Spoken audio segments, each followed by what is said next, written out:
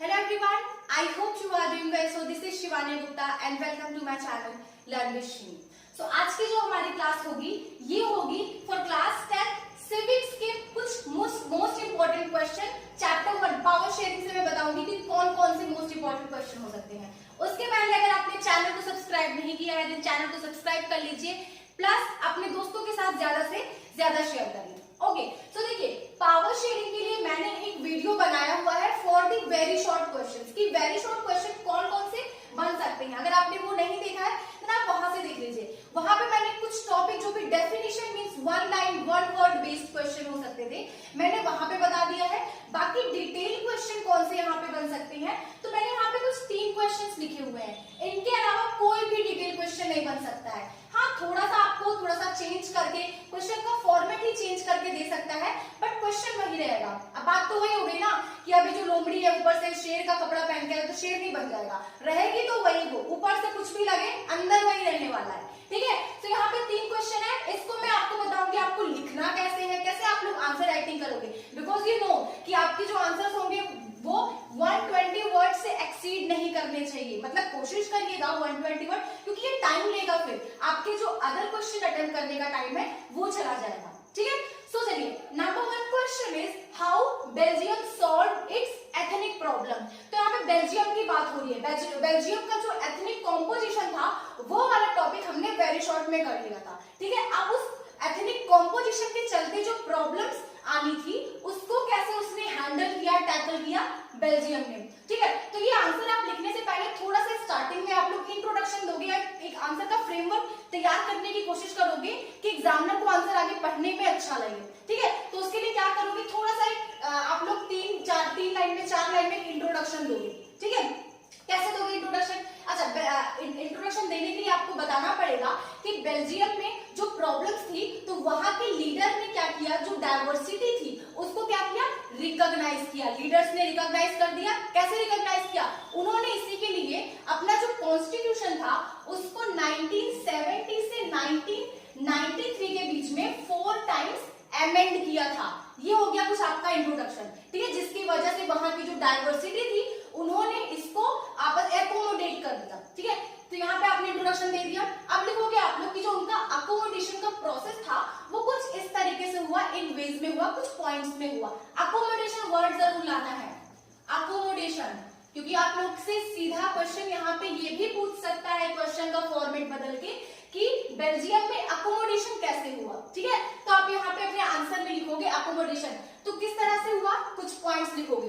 तो first point आप लोग लिखोगे कि इक्वल रिप्रेजेंटेशन, मतलब जो डच स्पीकिंग थे, फ्रेंच स्पीकिंग थे, सबको जो सेंट्रल गवर्नमेंट थी उसमें क्या दिया गया, इक्वल रिप्रेजेंटेशन। तो वो वाला पॉइंट आप लोग लिख लोगे यहाँ पे।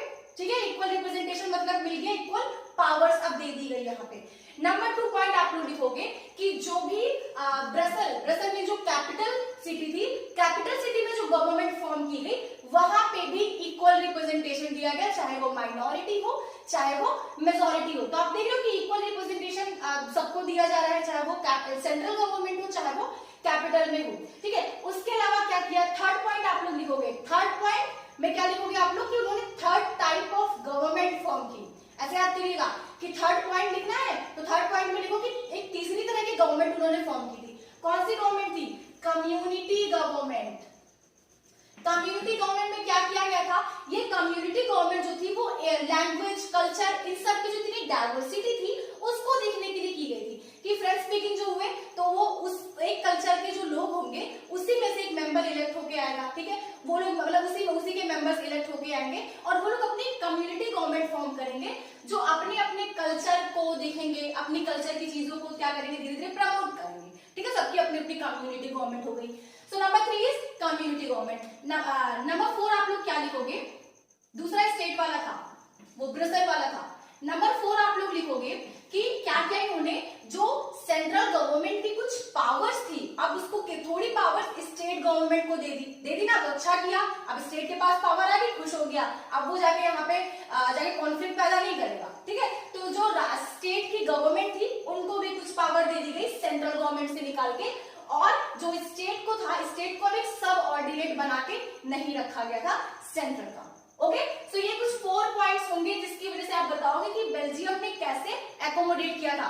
अच्छे से फ्रेमवर्क मैंने बता दिया, इंट्रोडक्शन दोगे, इंट्रोडक्शन के बाद ये 4 पॉइंट्स आपको लिखने हैं। 3 4 आप इसको 3 पॉइंट्स में भी लिख सकते हो, 4 पॉइंट्स में लिख सकते हो। 3 पॉइंट्स जरूर लिखिएगा, क्योंकि आपका जो क्वेश्चन होने वाला है आप लोग 3 पॉइंट्स नहीं लिखोगे तो वो तब तक समझ में नहीं आएगा एग्जाम को चेक करने वाले को। Now next question, what is majoritarianism? How it increase the feeling of alienation among Sri Lankans? तो अब ये श्रीलंका की बात आ गई, तो श्रीलंका में देखिए क्या पूछा है, मेजोरिटेरिज्म। तो मेजोरिटेरिज्म की डेफिनेशन पहले आप लोग लिखोगे। सो मेजोरिटेरिज्म आप लोग बोलोगे कि it is a kind of policy and it is a kind of system in which the majority dominate over the minority. ठीक है, मेजोरिटी जो है वो माइनॉरिटी पे क्या करते हैं, डोमिनेट करते हैं, डोमिनेंस करते हैं। क्यों? क्योंकि वो मेजोरिटी में है भाई। तो ये तो हो गई डेफिनेशन मेजोरिटेरिज्म की। उसके बाद आप लोग बोलोगे कि श्रीलंका के केस में मेजोरिटेरिज्म था कि नहीं था, या फिर कैसे वहां पे एलियनेशन की फीलिंग आ गई। तो आप लोग बोलोगे श्रीलंका के केस में, पहले तो डेफिनेशन लिखो, ठीक है। आप उसके बाद लिखोगे कि श्रीलंका के केस में, इन श्रीलंका, ऐसे आप लोग आंसर लिखना शुरू करोगे। श्रीलंका के केस में क्या था कि जो वहां की गवर्नमेंट थी उसने क्या कर दिया, आप एक तरह से आप बोल सकते हो कि जो लोग थे, लोगों के बीच में डिस्क्रिमिनेशन शुरू कर दिया, मेजोरिटी के बीच में एंड माइनॉरिटी के बीच में डिस्क्रिमिनेशन शुरू कर दिया। कैसे डिस्क्रिमिनेशन शुरू किया? उसने जो भी जॉब्स थी, जो भी एजुकेशन थी, उसमें क्या किया, जो माइनॉरिटी थी, माइनॉरिटी को साइड कर दिया, इग्नोर कर दिया था। ऐसे आप लोग शुरू करोगे, ये इंट्रोडक्शन हो गया। अब आप बोलोगे कि हाँ, ये कुछ ये तरीके थे जिसकी वजह से उन्होंने क्या किया, जो श्रीलंकन थे उनके मन में एलियनेशन की फीलिंग आई। ठीक है, तो पॉइंट्स क्या होंगे, तो पॉइंट्स देखते हैं। तो फर्स्ट पॉइंट आप लोग लिखोगे कि एक एक्ट आया था 1956 में। 1956 में एक एक्ट आया था जिसके तहत क्या किया गया था, जो सिन्हालीज लैंग्वेज थी उसको क्या बना दिया गया था, ऑफिशियल लैंग्वेज बना दिया गया था। सिन्हालीज लैंग्वेज को ऑफिशियल लैंग्वेज बना दिया गया था। दूसरी फर्स्ट चीज हो गई कि सिन्हाली लैंग्वेज को ऑफिशियल लैंग्वेज डिक्लेयर कर दिया, और जो तमिल्स थे, जो माइनॉरिटी थी, उनको क्या कर दिया, एक तरह से डिसरिगार्ड कर दिया, इग्नोर कर दिया। ठीक है ना। सेकंड पॉइंट आप लोग क्या लिखोगे, सेकंड पॉइंट आप लोग लिखोगे कि ये जो सिस्टम शुरू हुआ वो बाद की गवर्नमेंट ने उसको क्या किया, फॉलो किया। ठीक है, परस्यू किया जो बाद की गवर्नमेंट थी, और उन्होंने भी जो गवर्नमेंट जॉब्स थी या फिर यूनिवर्सिटी में एडमिशंस थे, ठीक है, एडमिशंस थी, जो भी आप बोल सकते हो कि जो भी किसी को एडमिट करना होता था, तो वो सारी जो पावर्स थी या फिर जो सारी जो सिस्टम में एक तरह से होता नहीं कि एडमिशन करना है तो सिन्हालीज के साइड में होने लगा। मतलब सिन्हालीज को पहले देते थे, तमिल्स को बाद में करते थे अगर सीट बचती थी। तो ये सारी चीजें की जाने लगी बाद में, जिसकी वजह से जो तमिल्स थे उनको क्या लगा कि अब हमारे साथ नहीं हो रहा है, जो कोई भी गवर्नमेंट जो है वो हमारे लिए कुछ नहीं कर रही है। ठीक है, तो इस तरह से कुछ उन लोग उनके मन में एलिनेटेड फील होने लगा। थर्ड पॉइंट आप लिखोगे कि जो तमिल्स थे उनको ये फील होने लगा कि कोई भी पॉलिटिकल पार्टी या फिर वहां की जो गवर्नमेंट है वो उनके लिए कुछ काम नहीं कर रही है, एज उनकी प्रॉब्लम्स को कभी भी गवर्नमेंट के बीच में नहीं उठाया जाता था। ठीक है, एंड द लास्ट पॉइंट आप लोग लिखोगे जो आप लोगों ने देखा है कि जो वहां की रिलीजन थी बुद्धिज्म, सिन्हालीज की जो रिलीजन थी क्या थी मेन, बुद्धिज्म। सो बुद्धिज्म रिलीजन को ही बहुत ज्यादा प्रमोट किया जाने लगा, बढ़ावा दिए जाने लगा और उसको ही फैलाया, स्प्रेड किया जाने लगा बुद्धिज्म को। इन शॉर्ट आप बोल सकते हो इसको क्या बना दिया गया था, नेशनल रिलीजन। सो बुद्धिज्म को नेशनल रिलीजन बना दिया गया। तो हिंदू जो लोग थे वहां पे, अब उनको लगेगा कि भाई हमारे लिए कुछ नहीं है, सो बुद्धिज्म को बना दिया यहाँ पे नेशनल रिलीजन। तो ये कुछ 3-4 पॉइंट्स थे जो आप लोग श्रीलंका के केस में लिख सकते हो। 1956 का एक्ट जरूर लिखिएगा आप लोग। ठीक है, okay. Now next question, power sharing is the very spirit of democracy justify. या तो ऐसे क्वेश्चन आ गया या तो कुछ घुमा के दे दिया कि why power sharing is desirable, give reasons. ठीक है, तो ये क्वेश्चन आ गया, तो आप कैसे लिखोगे। सो पावर शेयरिंग का अगर आप चाहो तो यहाँ पे आंसर लिखना जब शुरू करोगे तो इफ यू वांट आप यहाँ पे पावर शेयरिंग की डेफिनेशन को लिख सकते हो।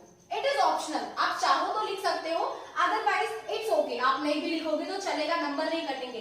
सो पावर शेयरिंग की डेफिनेशन लिखनी होगी तो कैसे लिखोगे। तो power sharing means to share the power among different community, at different group, at different government, different level of government। तो पावर शेयर करना हो गया, ये पावर शेयरिंग होगी। आप पूछ रहा है कि पावर शेयरिंग जो है it is very spirit of democracy. तो स्पिरिट आप लोग ये स्टेटमेंट लिखोगे पहले कि power sharing is the spirit of democracy. क्यों? क्योंकि जो पावर शेयरिंग होती है इसकी वजह से जो कंट्री है, कंट्री में यूनिटी मेंटेन होती है। सो पावर शेयरिंग का होना there are some reasons as follows. ऐसा आपने कर दिया कि कुछ रीजन है. नंबर 1 रीजन आप लोग लिखोगे प्रूडेंशियल रीजन. प्रूडेंशियल रीजन में क्या लिखोगे आप लोग कि प्रूडेंशियल रीजन में आप लोग लिखोगे नंबर 1 पॉइंट कि जो पावर शेयरिंग है इसकी वजह से जो लोगों के बीच में, डिफरेंट कम्युनिटी के बीच में, मेजॉरिटी और माइनॉरिटी के बीच में जो कॉन्फ्लिक्ट होने के चांसेस होते हैं वो बहुत ही कम हो जाते हैं. ये कॉन्फ्लिक्ट को रोक देता है. अच्छा, कॉन्फ्लिक्ट अगर नहीं होंगे तो क्या अब वहां पे इंस्टेबिलिटी आएगी? जैसे श्रीलंका में देखा अनइंस्टेबिलिटी क्रिएट होगी थी ना.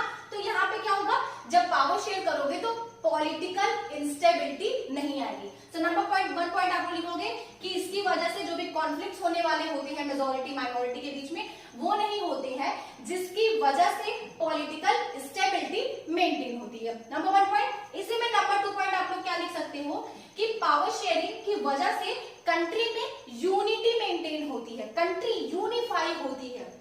जब कॉन्फ्लिक्ट नहीं होंगे, आपस में लोग मिलजुल के रहेंगे कि सबको पावर्स मिल रहे हैं तो यूनिटी बना के रहेंगे सब लोग. ठीक है, तो ये प्रूडेंशियल में 2 पॉइंट हो गए. अब बात करते हैं सेकंड जो रीजन है, दैट इज मोरल रीजन. तो यहाँ पे मोरालिटी की बात हो गई. प्रूडेंशियल में ये हम देखते हैं कि क्या हम लोग बहुत आगे पीछे का देख के, ups and downs, pros and cons देख के हम लोग जो रीजन बताते हैं वो होता है प्रूडेंशियल. मोरल मीन्स कि जो चीजें आप पेन पेपर पे लिख दो कि हाँ ऐसा होना चाहिए, ये होना चाहिए तो ऐसा होगा, ये होता है मोरल रीजन. तो मोरल रीजन पे आप लिखने से शुरू करोगे इसी लाइन को कि पावर शेयरिंग जो है it is good for democracy. आप ऐसे लिखोगे कि it is good for democracy because in a democracy is the government in which is the government by the people for the people of the people. ऐसे लिखोगे democracy. तो यहाँ पे आप लिखोगे, इसके आगे लिख देना आप लोग कि जो गवर्नमेंट ऐसे फॉर्म होगी यहाँ पे पीपल के साथ पावर शेयर करना बहुत इंपॉर्टेंट है. पहले आप लोग डेमोक्रेसी से शुरू करोगे कि डेमोक्रेसी में पावर शेयरिंग का होना जरूरी है क्योंकि डेमोक्रेसी गवर्नमेंट ही पीपल की है, तो पीपल के साथ पावर शेयर करना जरूरी है. तो ये तो नंबर 1 पॉइंट हो गया. नंबर 2 पॉइंट आप लोग लिखोगे कि जो पावर डेमोक्रेसी होती है, डेमोक्रेसी में जो लोग होते हैं वो लोग गवर्नमेंट को चूज करके लाते हैं, तो उनको भी कुछ पावर मिलनी चाहिए लोगों को, ताकि वो डिसाइड कर सके कि उनको कैसे गवर्न किया जाएगा. How the people would be govern, उनको कैसे गवर्न किया जाएगा, ये पावर पीपल के पास होनी चाहिए डिसाइड करने की. ठीक है, तो ये हो गए आपके 2 मोरल रीजन, 2 प्रूडेंशियल रीजन. तो आप यही 4 रीजन लिख दोगे एंड पावर शेयरिंग का थोड़ा सा 1-2 लाइन का इंट्रोडक्शन लिख दोगे, आपके फुल मार्क्स पक्के हैं. तो ये मैंने कुछ 3 क्वेश्चंस बताए हैं. इन 3 क्वेश्चन के अलावा मैं बता रही हूँ कोई क्वेश्चन नहीं आने वाला है डिटेल से. यही क्वेश्चन का फॉर्मेट चेंज करके आपको दे देंगे. आप यही 3 क्वेश्चन तैयार कर लीजिए. आपका 95% मैं बता रही हूँ इस चैप्टर से कवर है. जो मैंने वेरी शॉर्ट बताया है वो और ये 3 क्वेश्चन 95% इस चैप्टर से आप बस रख लीजिए, कहीं नहीं जाने वाला है. ओके, चलिए आज के लिए इतना ही करते हैं. नेक्स्ट चैप्टर की मैं वीडियो लेके आऊंगी. अगर वीडियो पसंद आई है तो लाइक करिएगा, चैनल को सब्सक्राइब करिएगा एंड ज्यादा से ज्यादा शेयर करिएगा.